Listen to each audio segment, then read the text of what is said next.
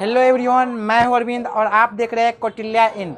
इससे पिछले वाले वीडियो में हम लोगों को जाना था कि इक्वेशन ऑफ मोशन का प्रूफ मतलब कैसे किया जाए, वो जनरल मेथड से हम लोगों ने सीखा था और उसको मतलब तीनों इक्वेशन ऑफ मोशन को प्रूफ किया था हम लोगों ने। आज इस वाले वीडियो में हम लोग इक्वेशन और मोशन का ही प्रूफ करेंगे, लेकिन इंटीग्रेशन विधि से, यानी अवकलन विधि से। यानी अवकलन विधि से कैसे इंटीग्रेशन मतलब कि इक्वेशन ऑफ मोशन का प्रूफ किया जाए वो देख लेते हैं यहाँ पे। तो चलिए शुरू करते हैं।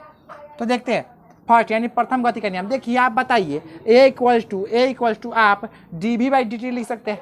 ए इक्वल्स टू dv/dt आप लिख सकते हैं, तो एकदम लिख सकते हैं। हमने बताया था कि तात्क्षणिक त्वरण यानी इंस्टेंटेनियस एक्सलेशन में क्या होता है, ए dv/dt ए इक्वल्स टू। तो बताइए कि तात्क्षणिक त्वरण इंस्टेंटेनियस एक्सलेशन तो एक्सलेशन ही होता है, ठीक है। तो यानी देखिए अब प्लस में इंटीग्रेशन का काम क्या होता है, इंटीग्रेशन का काम ये तात्क्षणिक त्वरण है। तात्क्षणिक त्वरण का मतलब होता है कि छोटा समय का एक्सलेशन है। ये छोटा समय पर छोटी समय के लिए एक्सलेशन है, ये तात्क्षणिक मतलब कि त्वरण है। तो देखिए इंटीग्रेशन डिफरेंशिएशन के बारे में मतलब आप लोग जानते होंगे कि डिफरेंशिएशन जो होता है ना, किसी भी चीज़ को छोटा कर देता है, लेकिन इंटीग्रेशन क्या करता है कि कोई भी चीज़ को बड़ा कर देता है। तो ये छोटा है, इसको हम बड़ा कर देंगे इंटीग्रेशन करके, तो मेरा क्या हो जाएगा, मतलब कि ये बड़ा हो जाएगा, यानी मेन जो रियल इक्वेशन है वो आ जाएगा। तो पहले देखते हैं, बताइए हम इसको ए क्या कर दे, मतलब कि बाई क्रॉस कराएंगे तो क्या हो जाएगा, a d t equals to d भी लिख सकते हैं, एकदम लिख सकते हैं। हाँ अब बताइए ए जो है, ए क्या है, यूनिफॉर्म एक्सलेशन। जो भी हम इक्वेशन अभी जानेंगे वो सब क्या है, यूनिफॉर्म एक्सलेशन के लिए जानेंगे, यानी एक समान त्वरण के लिए जानेंगे। तो यहाँ पे बताइए ये तो एक्स मतलब यूनिफॉर्म है, तो कांस्टेंट क्या होता है, पहले इंटीग्रेशन, अब क्या करते हैं इंटीग्रेशन ऑन बोथ साइड करते हैं। बताइए ये तो कांस्टेंट है, ये तो नियत है, इसके लिए तो कुछ नहीं होगा। लेकिन यहाँ टी क्या है, नियत नहीं है, उससे चेंज होते रहेगा। तो यानी यहाँ मान लीजिए शुरू में, और बताइए मतलब कि ये कहाँ से शुरू कर रहा था, स्टार्ट कहाँ से कर रहा था, ये स्टार्ट कर रहा था यानी शून्य से, जैसे कि मतलब रुका हुआ है, मतलब टाइम किसी का आपको बताना होगा कि भाई कितना टाइम पे कोई गया, तो आप क्या कीजिएगा,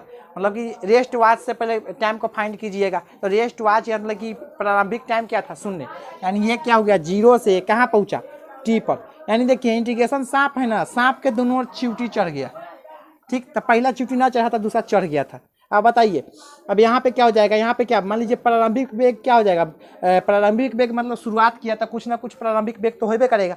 यहाँ पे प्रारंभिक वेग क्या हो जाएगा, u, और अंतिम वेग को मान लेते हैं v। चलिए तो इसका इंटीग्रेशन करते हैं, तो कांस्टेंट तो बाहर आ जाता है, कांस्टेंट बाहर आ गया, और dt का इंटीग्रेशन जो होता है, dt का इंटीग्रेशन होता है t, dt का इंटीग्रेशन t होता है। तो बताइए इसका मतलब कि एक छोर पे क्या है, जीरो है, ऊपर क्या है, टी है, ठीक।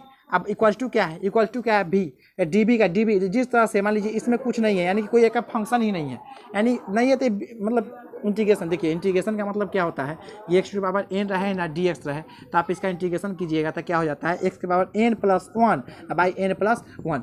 अगर मान लीजिए ये एक्स की पावर एन नहीं कुछ नहीं रहे, तो आप इसको एक्स की पावर जीरो लिख सकते हैं, ठीक है। तो एक्स की पावर जीरो लिखिएगा तो क्या हो जाएगा, एक्स की power zero plus one by zero plus one, यानी आपका इंटीग्रेशन क्या आ गया, एक्स की पावर वन बाई वन, तो क्या हो जाएगा, एक्स लिख सकते हैं आप सीधे। उसी तरह से हमने लिखा कि भाई डी का कोई फंक्शन नहीं था, साथ में, तो हमने क्या किया, टी को डायरेक्ट निकाल लिया, उसका इंटीग्रेशन क्या हो जाएगा, टी हो जाएगा। जिस तरह से डी एक्स का कोई फंक्शन नहीं था, तो हमने x1 x0 को ऐड किया, मतलब अति ऐड करके उसका इंटीग्रेशन किया। उसी तरह से डायरेक्ट हम क्या लिख दिए, डायरेक्ट इसी को लिख दिए। तो क्या हो जाएगा, इसको भी देखिए, इसका भी कुछ नहीं लगा हुआ है, तो क्या हो जाएगा, डायरेक्ट क्या हो जाएगा, भी इसका इंटीग्रेशन क्या हो जाएगा, भी, और नीचे हो जाएगा u, यानी u से शुरू किया भी तक गया। इसको साफ कर देते हैं। अब बताइए यहाँ पे a इंटू, पहले हमने बताया था कि t को पुट करना था, t हो जाएगा दूसरे सेकेंड में, सेकेंड वाला को जो पुट करेंगे तो क्या हो जाएगा, जीरो, ठीक। यानी ये t के जगह पे पहले t को पुट करना है। देखिए कुछ नहीं कीजिए, सबसे पहले ये t ऊपर वाला जो है उसको पुट कर दीजिए, और सेकेंड वाला को आपको पुट करने से पहले माइनस लगाना पड़ेगा, यानी कि माइनस लगा के आप क्या कीजिए, मतलब पुट कर दीजिए सेकेंड वाले को, नीचे वाले को। तो देखिए हम क्या किया, पहले t पुट किया, तो t के जगह पे t पुट किया था, t ही रह गया, अब माइनस t के जगह पे जीरो पुट किया था, जीरो इक्वल्स टू भी के जगह पहले भी पुट कीजिए, माइनस भी के जगह पे यू पुट कीजिए, तो क्या हो जाएगा, इतना आ जाएगा। तो यहाँ पे क्या है, ए टी में से जीरो गया था, टी रह गया, तो ए टी इक्वल टू भी माइनस मेरा यू आ गया। तो यहाँ पे हम देख सकते हैं कि v इक्वल्स टू भी मतलब इधर उधर करेंगे तो क्या हो जाएगा, v minus u equal to 80 हो जाएगा। तो v इक्वल टू मेरा क्या आ जाएगा, u उधर जाएगा तो प्लस में प्लस 80, मेरा क्या आ गया, यही है मेरा फर्स्ट इक्वेशन, यही मेरा जो है गति का first equation. This is first equation of motion.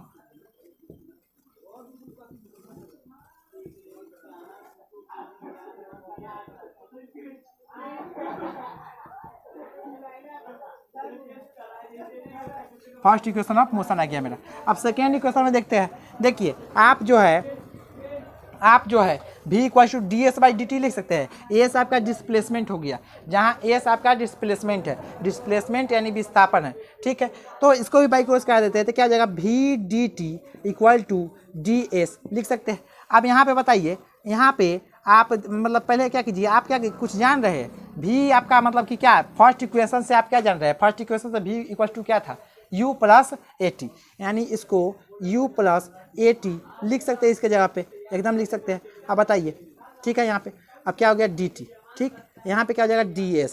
आप दोनों तरफ इंटीग्रेशन करते हैं तो देखिए u तो प्रारंभिक वेग ही होता है, प्रारंभिक यानी कि शुरू में जो है वेलोसिटी होता है वो शुरू में ही होता है, वो चेंज कहाँ से होगा, शुरू का कोई भी मतलब जैसे कि हम चल जाए शुरू किए, मतलब कि जो मेरा वेलोसिटी था शुरू में, वो वेलोसिटी तब शुरू वाला कोई पूछेगा मेरे से वेलोसिटी क्या था, तो जो होगा शुरू में वही ना बताएंगे, वो चेंज थोड़ी होगा।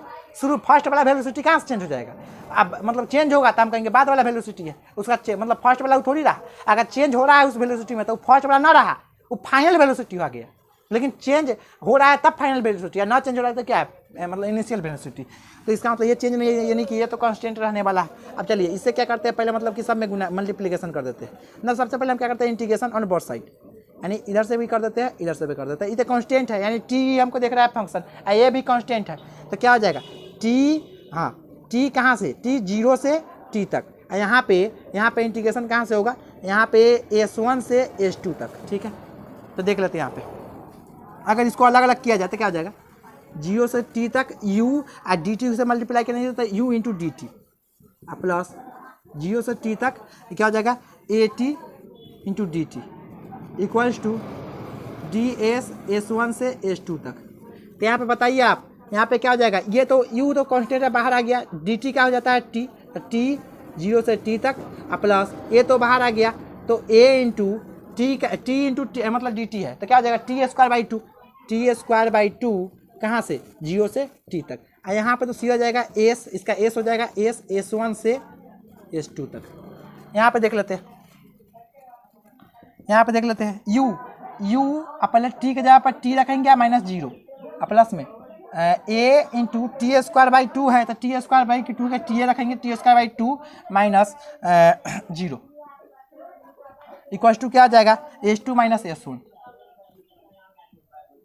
ठीक है। तो यहाँ पे a into t plus a मतलब half a t square equals to S2 minus S1। तो आप इसको क्या लिख सकते हैं, S2 माइनस सॉरी ये u नहीं था, a नहीं था, u था, ठीक। u इक्वल्स टू क्या होता है, इनिशियल वेलोसिटी। तो यहाँ पे S2 माइनस S1 आपका क्या आ गया, ut plus half a t square, यानी आपका यही इक्वेशन क्या आ गया, यही थर्ड इक्वेशन है। आप लोग भले ही जानते हैं s बराबर ut plus half a t square, तो s इक्वल टू इसलिए जानते हैं क्योंकि S2 माइनस S1 दोनों डिस्प्लेसमेंट है, तो डिस्प्लेसमेंट में से डिस्प्लेसमेंट को आप सब्ट्रैक्ट कीजिएगा तो डिस्प्लेसमेंट ही ना आएगा, तो इसलिए लिख दिया जाता है। इसलिए इसको अगर मान लीजिए S1 0 हो गया, S1 अगर चूँकि S1 इक्वल्स टू 0 आ गया तो क्या आ गया, s equals to ut plus half a t square, यानी आपका सेकेंड इक्वेशन यही आ गया, ये आपका सेकेंड इक्वेशन ऑफ मोशन आ गया, ये सेकेंड इक्वेशन ऑफ मोशन।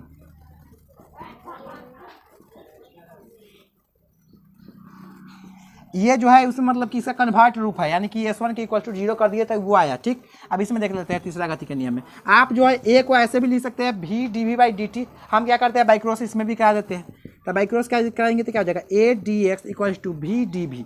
अब बताइए इसको जो है, बताइए x चेंज हो सकता है, ये तो चेंज नहीं, ये तो कांस्टेंट है, इसका मतलब इसी के रेस्पेक्ट में किया जाएगा। आइए देखिए v चेंज हो सकता है, चेंजेबल है, यानी इसको इंटीग्रेशन करेंगे, यहाँ पे भी इंटीग्रेशन करेंगे, ये कहाँ से कहाँ तक जाएगा, ये x1 x क्या है आप बताइए, तो x क्या है, x को हम s लिख सकते हैं डिस्प्लेसमेंट, क्योंकि x यहाँ पे डिनोट कर रहा है डिस्प्लेसमेंट को, तो डिस्प्लेसमेंट को आप एस भी लिख सकते हैं। तो यहाँ पे बताइए x1 से x2 लिख सकते हैं या s1 से, यहाँ पे हम सब जगह s का यूज किया इसलिए यहाँ पे भी s का यूज करते हैं।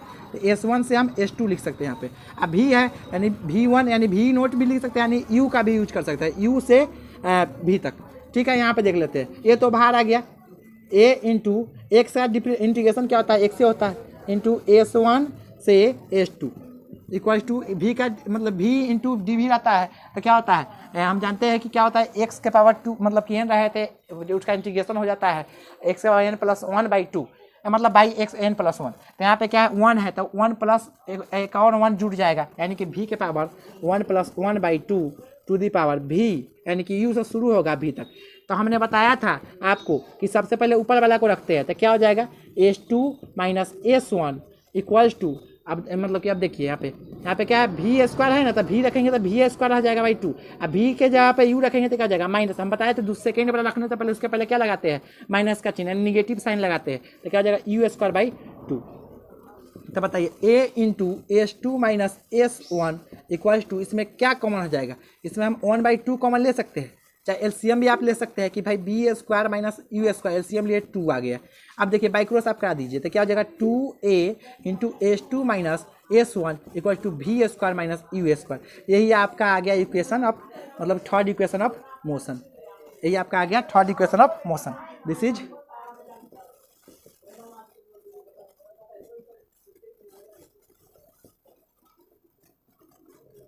मोशन। अगर आप मान लीजिए कहीं कहीं दे रखा रहता है कि भाई अगर एस चूंकि एस 1 इक्वल टू 0 हो जाएगा तो क्या हो जाएगा 2as equal to v square minus u square. तो ये भी आपको कहीं कहीं मिल जाएगा, क्योंकि एस क्या है, एस क्या है, एस डिस्प्लेसमेंट है। तो s1 में से s2 को हटाइएगा तो क्या होगा, सेम टू सेम ही आ जाएगा। तो चलिए आई होप आपको यह वीडियो अच्छा लगा होगा, आपको मतलब कि इंटीग्रेशन विधि द्वारा कैसे मतलब कि इंटीग्रेशन मेथड से कैसे प्रूव किया जाता है इक्वेशन ऑफ मोशन को, वो आपने अच्छा से समझ में आया होगा आपको। अगर आपको यह वीडियो अच्छा से समझ में आ रहा है तो आप इस वीडियो को लाइक कीजिए, शेयर कीजिए और अपने विचारों को कमेंट में लिखिए कि आपको अच्छा से समझ में आ रहा है कि नहीं आ रहा है। नहीं समझ में आ रहा है तो मतलब फिर हम अच्छा से मतलब इससे भी अच्छा से बताने का प्रयास करेंगे। तो और हमसे हमेशा के लिए इस मतलब इसी तरह के कंटेंट के लिए जुड़े रहने के लिए इस चैनल को सब्सक्राइब कर लीजिए। Thanks for watching this video. जय हिंद, जय भारत।